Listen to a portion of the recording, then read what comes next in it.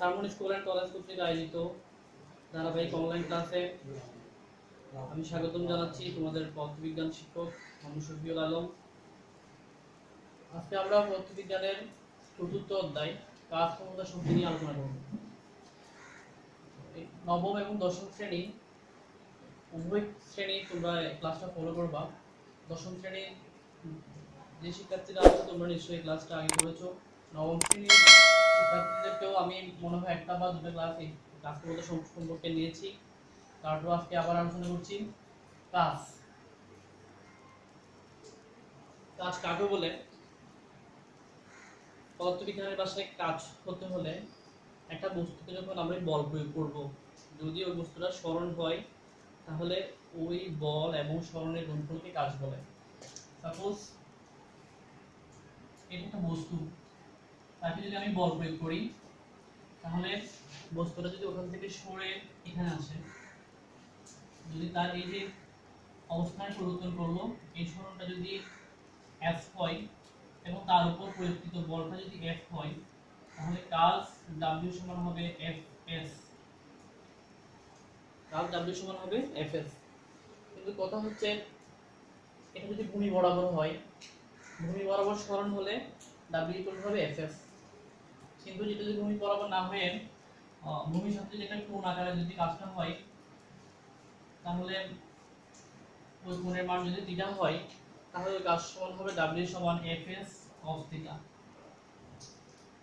তো কাজের মান সর্বোচ্চ এবং সর্বনিম্ন এটা ডিপেন্ড করবে থিটার উপর। যখন cos থিটা সর্বোচ্চ হবে তখন কাজের মান সর্বোচ্চ হবে, যখন cos থিটার মান সর্বনিম্ন হবে তখন কাজের মান সর্বনিম্ন হবে। তাহলে কাজ দ্বারা আমরা কি বুঝলাম?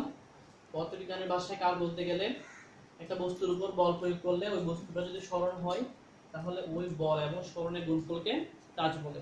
আমরা বাস্তবিক জীবনে যে কাজগুলো দেখি, এই এই কাজগুলোর অনেক কাজ কিন্তু পদার্থবিজ্ঞানের ভাষায় কাজ নাও হতে পারে। যেমন একজন দারোয়ান যদি বসে বসে পাহারা দেয়, তাহলে ওটা কিন্তু পদার্থবিজ্ঞানের ভাষায় কাজ হবে না। কেন? দারোয়ান বসে থাকলে তার কোনো সরণ হচ্ছে না, সরণ যদি শূন্য হয় তাহলে আলটিমেটলি কাজের মানও শূন্য হবে। ঠিক একইভাবে যদি আমি একটা দেওয়ালকে ধাক্কা দিই তাহলে ওটাও কোনো কাজ হবে না। কেন? আমার ধাক্কায় তো দেওয়ালের সরণ হবে না, এই কারণে কাজ হবে না। এরপর আসি আমরা কাজ সম্পর্কে একটা কাজ করবো, ধনাত্মক কাজ এবং ঋণাত্মক কাজ। ধনাত্মক কাজ কোনগুলা? যদি কোনো বস্তুর উপর বল প্রয়োগ করলে সরণটা যদি বলের দিকে হয় তাহলে ওই কাজকে আমরা বলবো ধনাত্মক কাজ। আর কোনো বস্তুর উপর বল প্রয়োগ করলে তার সরণ যদি বলের বিপরীতে হয় তাহলে ওই কাজকে আমরা বলবো ঋণাত্মক কাজ। তারপর আসি কাজের একক। কাজ সমান আমরা কি পেলাম? কাজ সমান আমরা পেলাম w সমান fs। f মানে হচ্ছে বল, s মানে হচ্ছে সরণ। আমরা তৃতীয় অধ্যায়ে নিশ্চয়ই পড়েছি বলের একক হচ্ছে নিউটন আর সরণের একক হচ্ছে মিটার। কাজের একক হবে নিউটন মিটার, অথবা এটাকে জুলও বলা যেতে পারে। কাজের একক জুল। তাহলে বলের একক নিউটন, সরণের একক মিটার, তাহলে কাজের একক হতে পারে নিউটন মিটার অথবা জুল হতে পারে। এবার আসি কাজের মাত্রা। কাজ সমান আমরা একটু আগে জানলাম কাজ সমান হচ্ছে fs। তাহলে কাজের মাত্রা মানে হচ্ছে বলের মাত্রা এবং সরণের মাত্রার গুণফল। নিশ্চয়ই আমরা জানি বলের মাত্রা, বল সমান হচ্ছে ভর ইনটু ত্বরণ।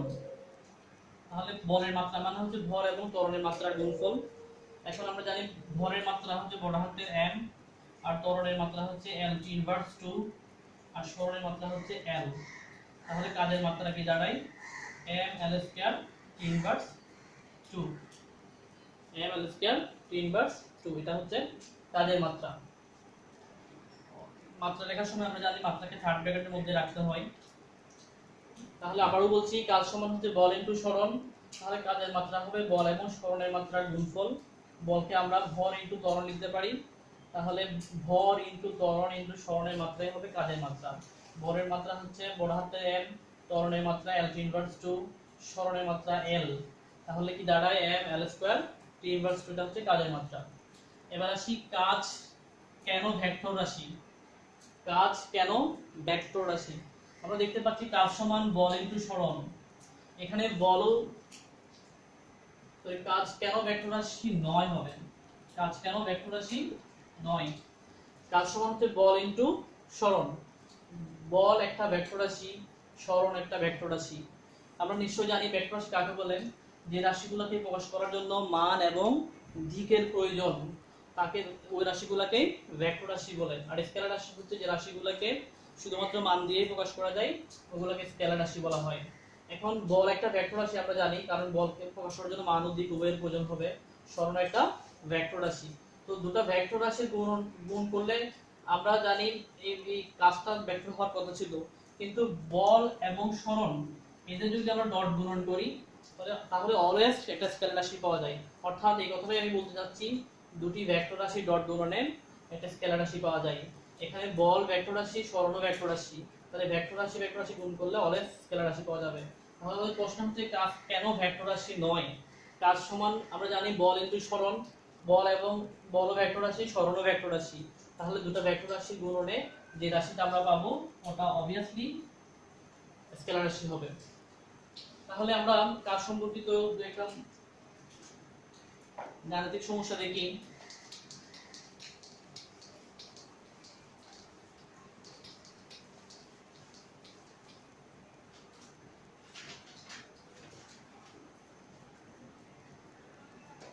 প্রশ্ন যদি আমি এভাবে করি,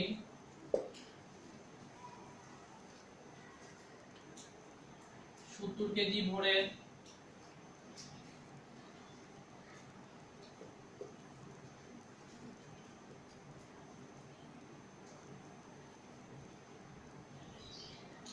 একজন ব্যক্তি 200 মিটার উঁচু পাহাড়ে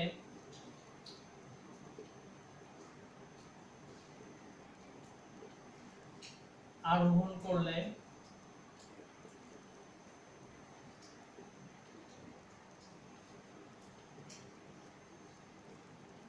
তার কাজ কত হবে?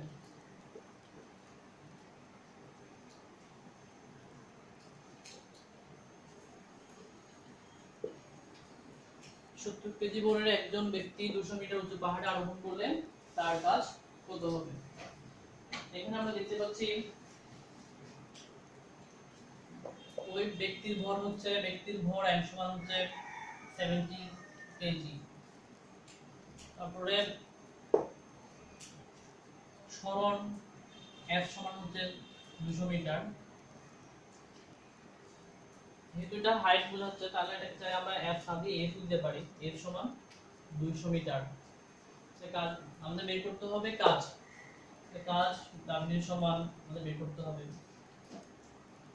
বড় m সমান 270 কেজি, উচ্চতা f সমান 200 মিটার, কাজ w সমান 5। আমরা জানি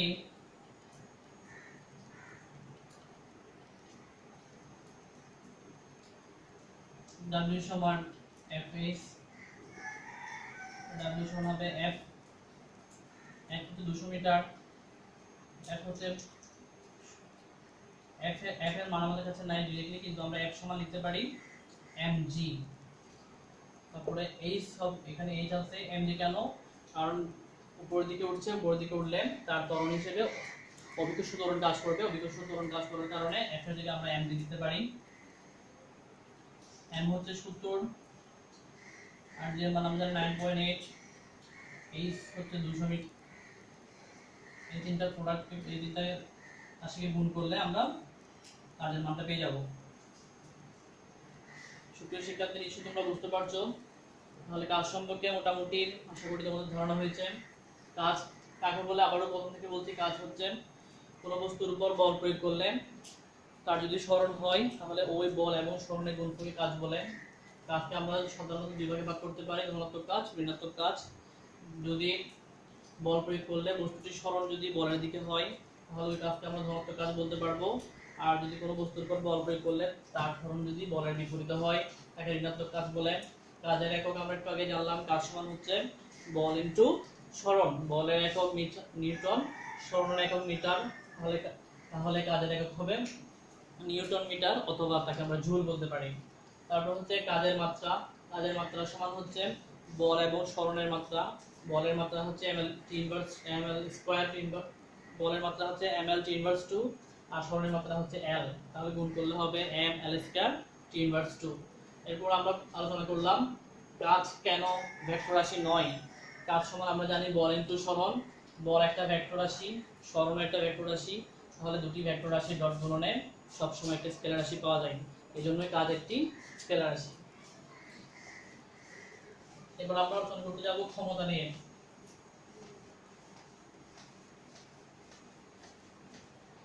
ক্ষমতা আলোচনা করার আগে আমরা একটু শক্তি নিয়ে আলোচনা করি।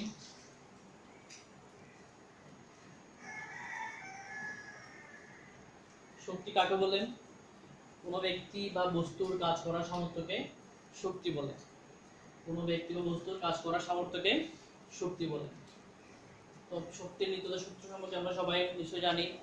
শক্তি সৃষ্টি করা যায় না, শক্তি ধ্বংস করা যায় না। পৃথিবীর সৃষ্টির সময় যে শক্তি ছিল ওই মোট শক্তিটা এখনো আছে, কিন্তু শক্তি শুধুমাত্র এক রূপ থেকে অন্য রূপে পরিবর্তন হয়, এটাকে শক্তির নিত্যতা সূত্র বলে। অর্থাৎ শক্তির সৃষ্টিও নেই, বিনাশও নেই। যেমন যখন একটা লাইট আমরা জ্বালাই তখন ওই যে বিদ্যুৎ শক্তিটা আলোক শক্তি এবং তাপ শক্তিতে পরিণত হচ্ছে, অর্থাৎ বিদ্যুৎ শক্তিটা এখানে ধ্বংস হচ্ছে না, এটা অন্য একটা শক্তিতে কনভার্ট হয়ে যাচ্ছে। বিদ্যুৎ শক্তি এখানে আলোক শক্তি এবং তাপ শক্তিতে রূপান্তর হচ্ছে। একইভাবে আমরা শক্তির সবচেয়ে সাধারণ রূপ হচ্ছে যান্ত্রিক শক্তি। যান্ত্রিক শক্তি কাকে বলে?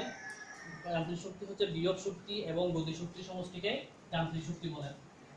শক্তির সাধারণ রূপ হচ্ছে যান্ত্রিক শক্তি। যান্ত্রিক শক্তি কাকে বলেন?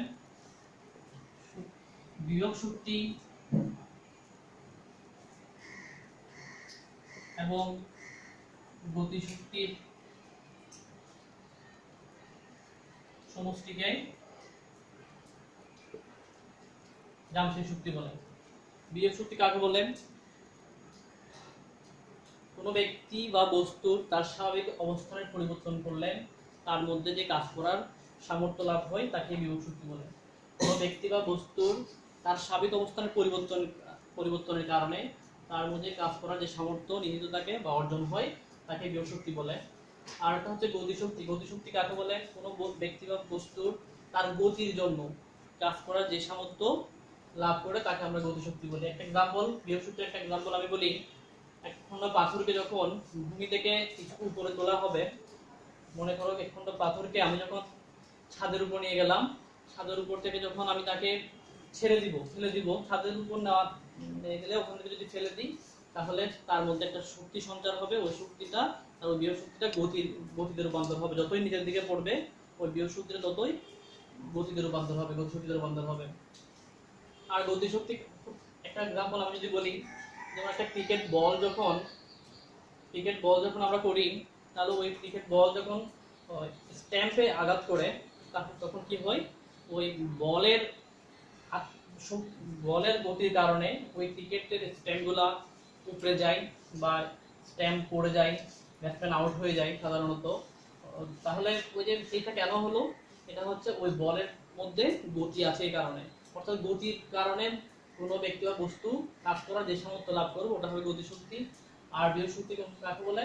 কোনো ব্যক্তি বা বস্তু তার অবস্থানের পরিবর্তনের কারণে যে শক্তি লাভ করে তাকে বিভব শক্তি বলে। আর বিভব শক্তি এবং গতি শক্তির সমষ্টিটাই হচ্ছে যান্ত্রিক শক্তি। এখন একটা প্রশ্ন, যদি আমি বলি ভূমিতে অবস্থানরত কোন বস্তুর যান্ত্রিক শক্তি কি শূন্য হতে পারে? শক্তি কি শূন্য হতে পারে? এই যদি একটা প্রশ্ন যদি আমাদের দেয় তাহলে আমরা এটা